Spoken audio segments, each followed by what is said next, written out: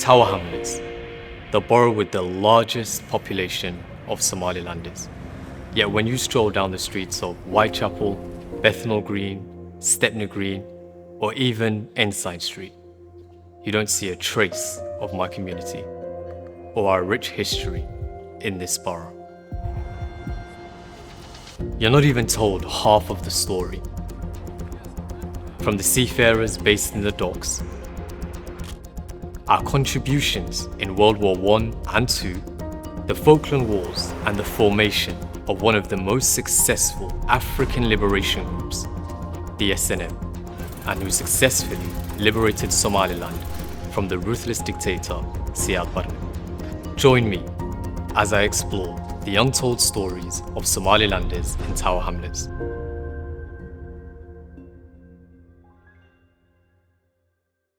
I'm Kasim, and I'm a Somali artist based here in East London. Although the UK has been my stomping grounds for all of my life, growing up, my parents always made sure I was exposed to my culture, language, and traditions. And that has instilled a deep sense of pride and has drawn me to use my artistry to explore more about the history of where I'm from. Somaliland, then known as the land of Punt, has a long history in trading with ancient Egypt, China, India, and the Middle East. In the 1800s, the Somali seafarers came to British shores on merchant ships, keeping the traditions of trade alive. However, our contributions to Britain is poorly documented. But I want to uncover more, and I want to uncover why. A royal visit to this country is a rare event.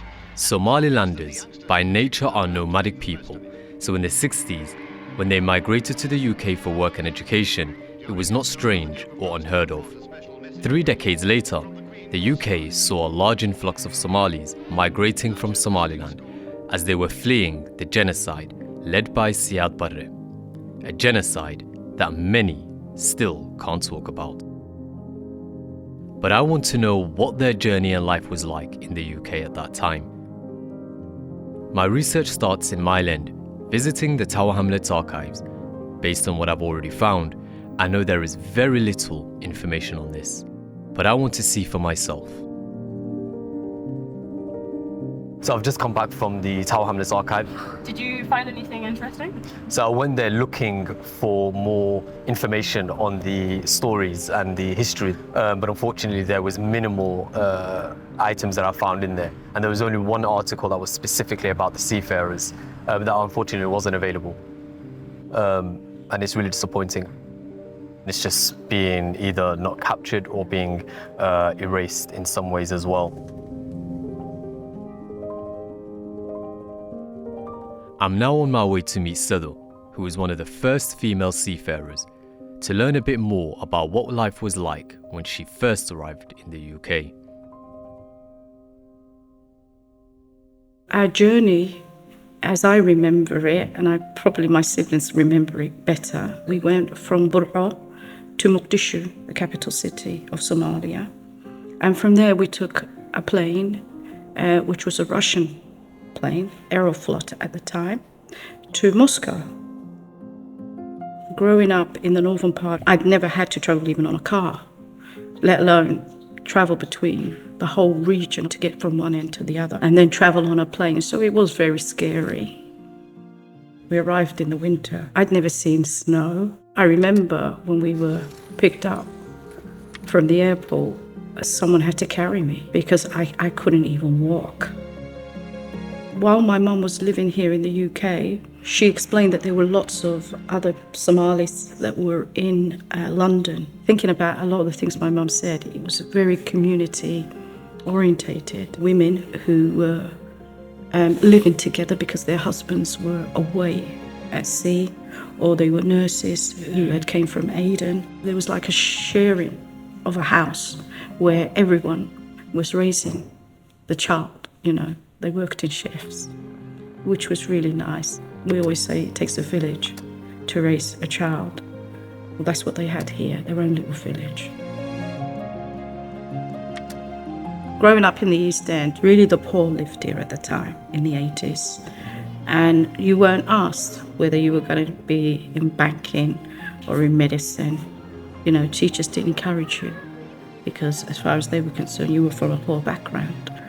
A lot of them didn't understand that our parents didn't even take any welfare system, that our fathers were working to provide for us and would be gone for 4 years at a time. With their lack of employment opportunities, it's impressive that the seafarers were determined to do what they had to do to provide for their families without the help of welfare. Mohammed is one of the few remaining seafarers that Sado mentions.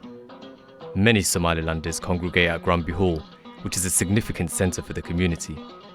I want to talk to him about his experience.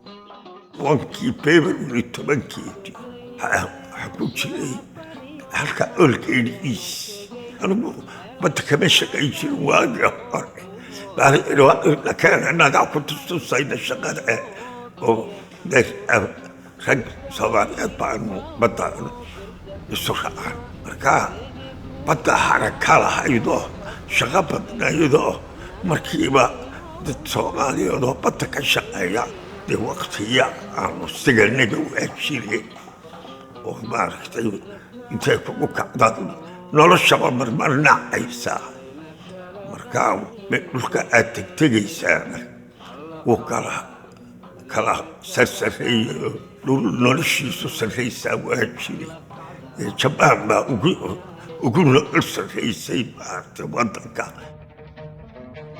the type of ship I was work on was very old ships that no white crew wanted it. And the voyage was very long, you know, it have to go ferries and hot country one time and cold the other, bad weathers and so on and on. And that no white crew really wanted it, so it was hard work. In South Africa, especially Somalis, because they tell us, oh, no black man to go there. Yeah? You're not allowed to go there. You're not allowed to go that shop. You're not allowed to go that restaurant. You're not allowed to go that. And we don't care. We used to go. We used to go everywhere. See? We used to go everywhere. And then they used to call us, please. Some of them, they say, if you want to go out from the shop or whatever restaurant, I will kill you. This is Africa. We used to say, this is Africa. Yeah? The where we come from, everybody go, everybody in line. sanadkii markuu baxay oo sanadkii 16 soo baxay yaan ka yimid oo Adan hadana ku soo noqday dabeedna waxaan soo goostay marka baasan jarabaan iska soo goosto halkaan marka markii hore Ingiriis baad iska ahayd oo baasaboor Ingiriis aan lagu siin jiray oo cid kulama hadli jirin hadda adiga la soo gasho markaas waa arinta way isbedesho dawlad bay noqon markaas in waliba diidnay Ingiriisku waxaan amar baynu gundada jar markaas waxaan laga dhigay wax la yiraahdo alien baasaboorkina laga dhufto markaas la yiraahdo aqalka aad ku jirto kama bixi kartid adoo bilayska u sheega mooyee shaqo ma heli kartid iyadoo Minister of Labor ku fasaxa mooyee adigu 3 sano markaan joogay yaa la ogolaaday inaan meeshaan doono maro oo shaqo halkaan doono ka doonto berigaasaan badda galay dabada بس في قبل ولحظة قصة بالفرق انت انا سقال شو مركب المقاعد دي كسوس يعني انك صورتك يكون يجي تجي سكول الى قلبك كسان بدر مركب كي اللي تشوفي اللي بعد بمبالونا هاي بطا مركبك ديك ديبارتمنت اتش ديبارتمنت School department, navigation department. شراع بالنقطة ليا شراع براكو صبي سنطلس سأوقف صبينا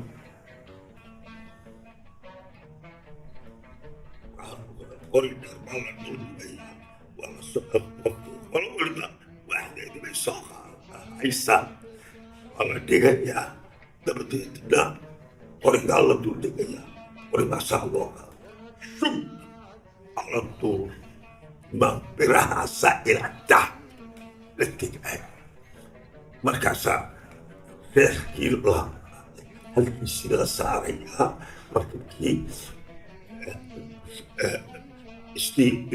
يجينكي لك صاريها لو صدح مربا هو كلمه لو فريا مربا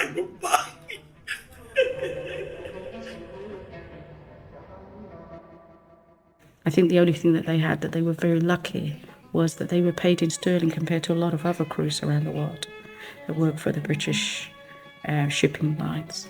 Somalis were one of the only ones to be paid in pounds. It was the leading currency in the world at the time. The British Empire was very big and come all the way to Britain, be away for 4 years at a time, working endlessly, and then having to go back with Somali shillings. Well, it wasn't worth it for them. Our fathers worked very hard to make sure that our school uniforms, our clothes, our food, everything was paid for by them, at the rent, and our mothers budgeted that way. It's interesting hearing the sacrifices and hard work of the traditional seafarers and the lengths they went to put food on the table. But was this career choice worth it? Waris was still in Somaliland when her husband was away for years working for the British Merchant Navy. But I want to know just how sustainable it was to maintain their relationships with loved ones whilst being away for so long. xaajigayga ilaahay u naxariisto halka kan ka yimid oo in badan ku raagay baan nin aad iyo aad waddanka lagu jecel yahayna wuu ahaado magac raggii ku lahaa buu wanka ahaa waddanka intuu nagu yimid xuduudka ayaa alla isu kayageeyaanu isguursan anigu tuulaa joogay oo reer miyi baa la igeedo isaguna markuu 2-3 bilood joogay buu soo dhoofay oo wuxuu ahaa raggii siimaanka ahaa ee maraakiibta raaci jiray 3 sannadood iyo waxaynkaas ay la maqnaan jireen maraakiibta ee ku jiri jiray badda ayuu magaalada Adan la yiraahdo qabka la galay markuu la galay baa islaan eedadii bay gurigii dushii ka gacan darabta waxay tiri inanta yaraad miyiga kaga timid oo warqadeedii ii dhiib marka ma raaci kartid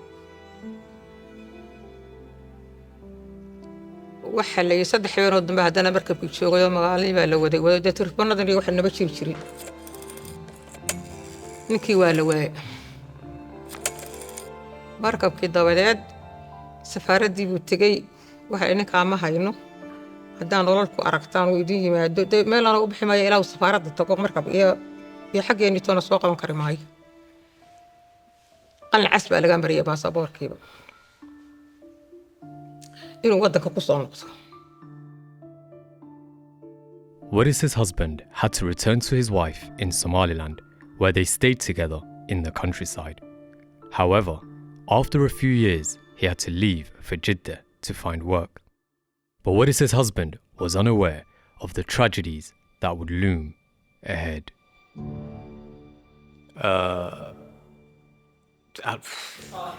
Yeah, it's hard to formalize that.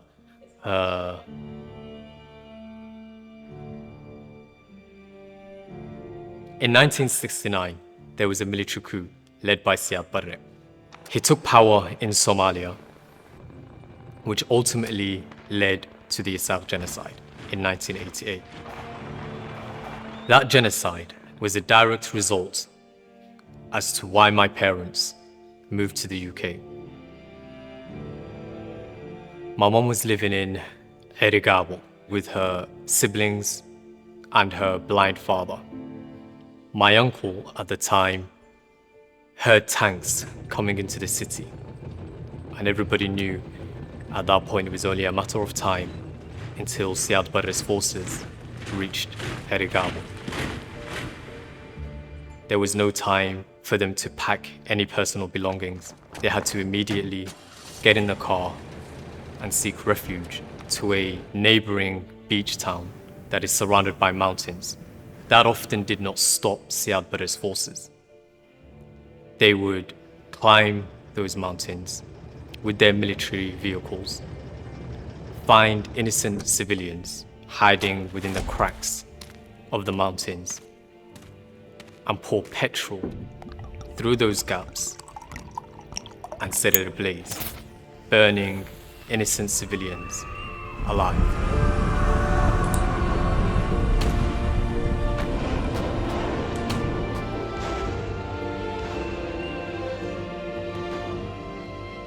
So a government took its own military aircraft and destroyed civilians in cities in the north.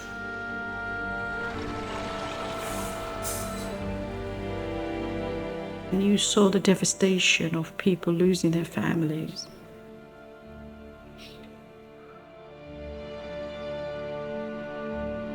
What makes this story incredibly painful is that they documented themselves doing this.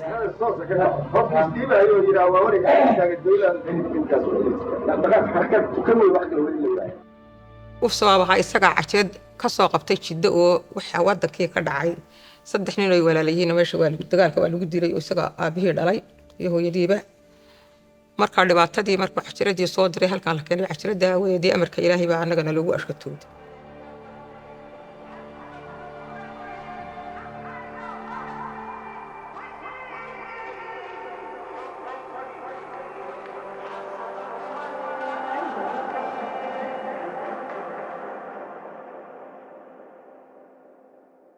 When all seemed to be lost, here in London, a beacon of hope began to emerge. In 1981, the Somali national movement was founded by Queen Mary University graduate Hassan Isa Chama, along with Hassan Adan Wadadid and Ahmed Mohammed Gulaid. They came together with one agenda: to put an end to Siad Barre's tyranny.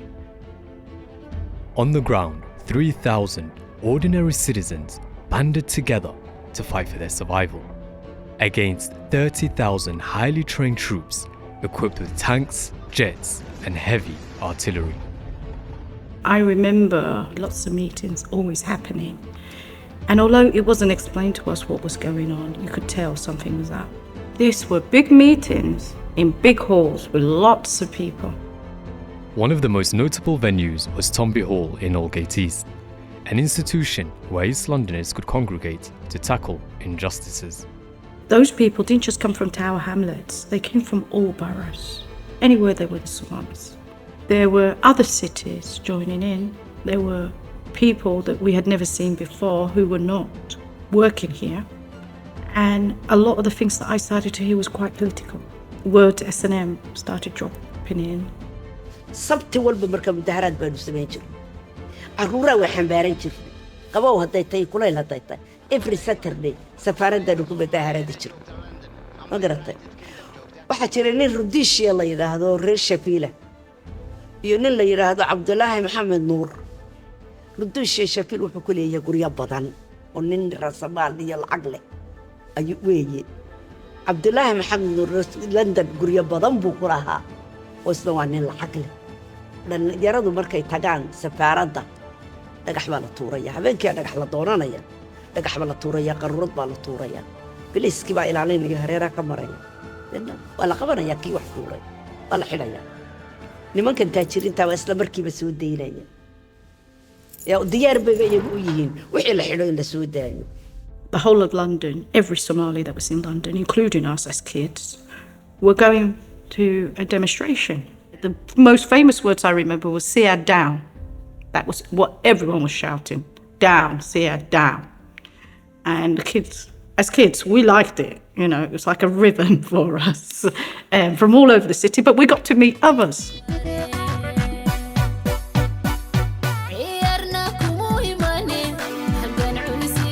The SNM managed to overthrow Siad Barre, reclaiming their independence.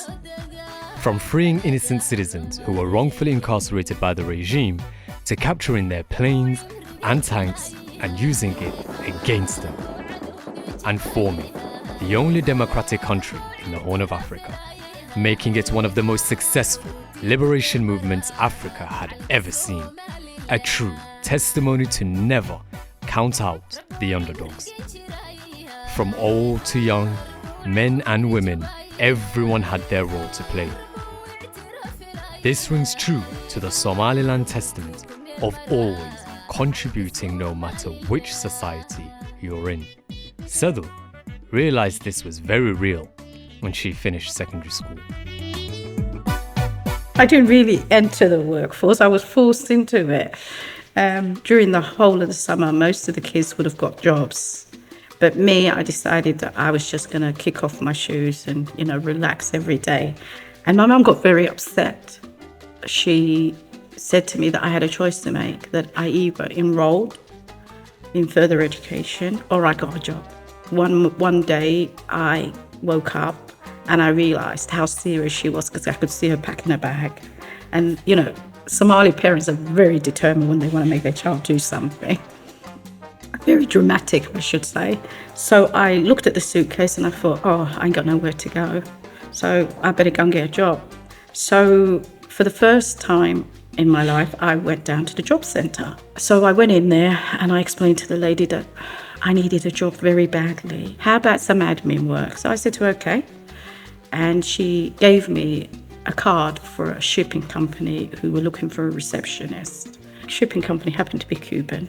And they asked me why I wanted a job, and I told them my mum was going to throw me out. And they were, as they had 4 daughters, they were very sympathetic and gave me the job. Every day I would tell them, I want to go on a ship. And they would say to me, we can't put you on a ship, but we can teach you Spanish. You can learn all this admin. You can learn all about ships. Every morning there was a big wall map.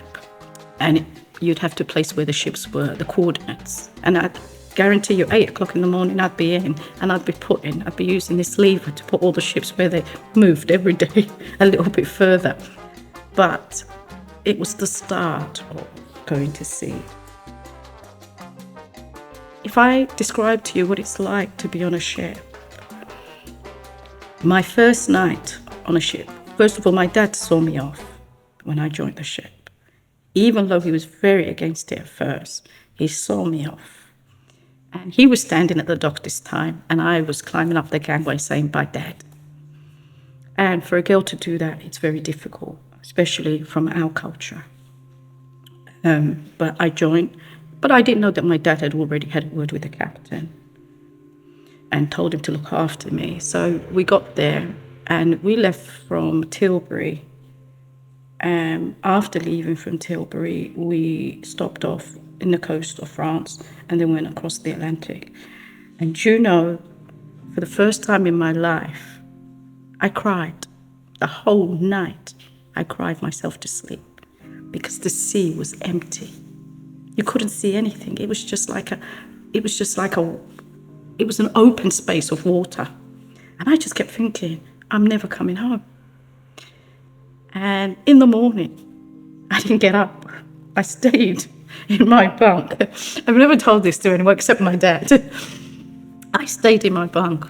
And my dad, and the captain sent someone to find me because he saw that I wasn't in the galley taffrail at first. I didn't turn up for duties. So he had me called and I went up to the deck, to the top deck, and he was there and he said to me, what happened to you this morning? And he was a massive guy and I looked at him and I said to him, I don't feel well.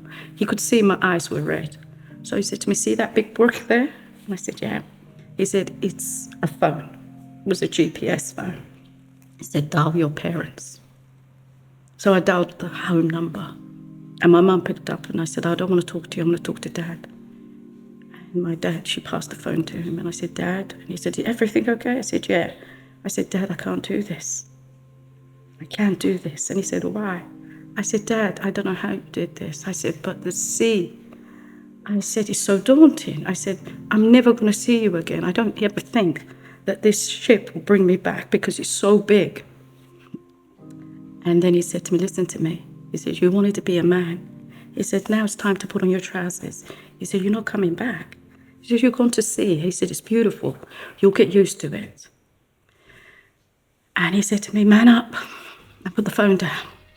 And it wasn't until I reached the coast and saw how beautiful the world was that I realised what my dad meant. And I think every seafarer that's Somali probably had an experience like that. You think, because you can't walk off the ship, that you're never going to return. You think that the work is so hard and you're so lonely and there isn't anyone that has anything in common with you, that you'll go insane. But it's funny, you learn to be very resilient, and actually the sea is very beautiful. At night, during the day, you see the dolphins, the whales, everything going through, the water as the ship is sailing, parts of the world that you can never imagine. My dad was very proud. He was very proud that one child, even if it was a girl, that one child had decided to, kind of follow in the footsteps of a tradition that most of our community did. So for me, I found it very welcoming. When I went to Liverpool, the elders, the Somali elders, the ex-seafarers, all used to come and see me. If I went to Cardiff, it was the same. If I went to Hull, it was the same. Everywhere I went, they were very welcoming. So it was like I was always asked what I collected, and I collected coins. It was very rewarding seeing them and for them to tell me their stories. And their ships were different to mine. Mine were more modern, theirs were harder. Some of them just shoveled coal into the engine.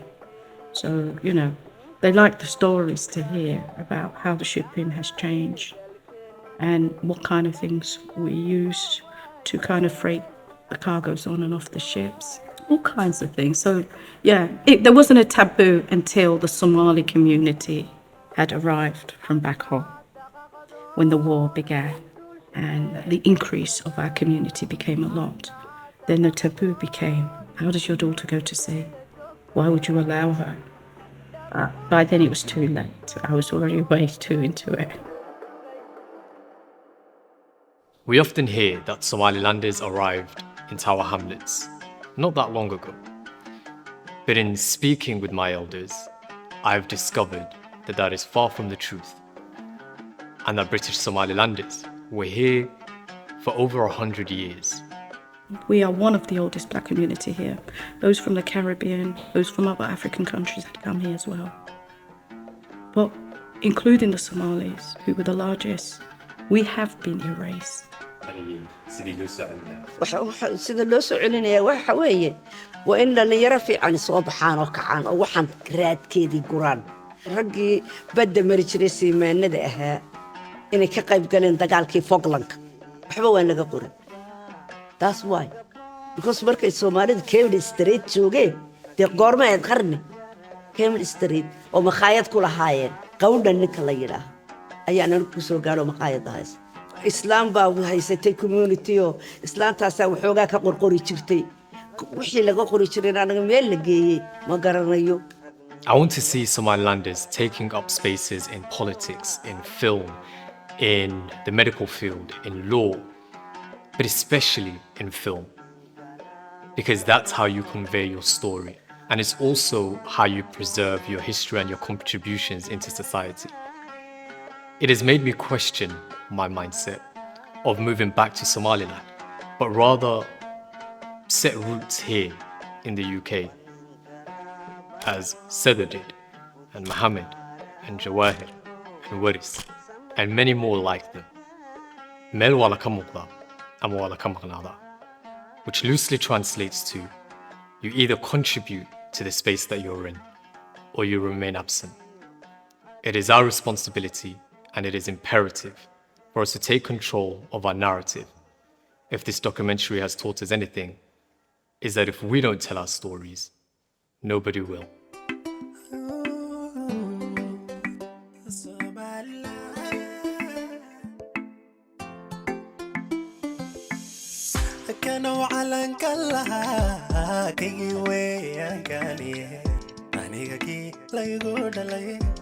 أنا ليجو هوسكر شو أنتي ذاك اللي يلدحين حسوس توكيته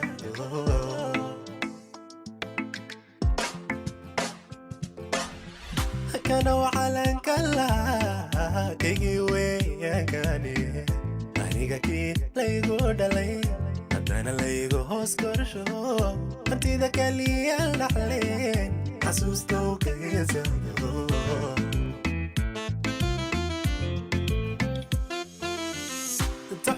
كريم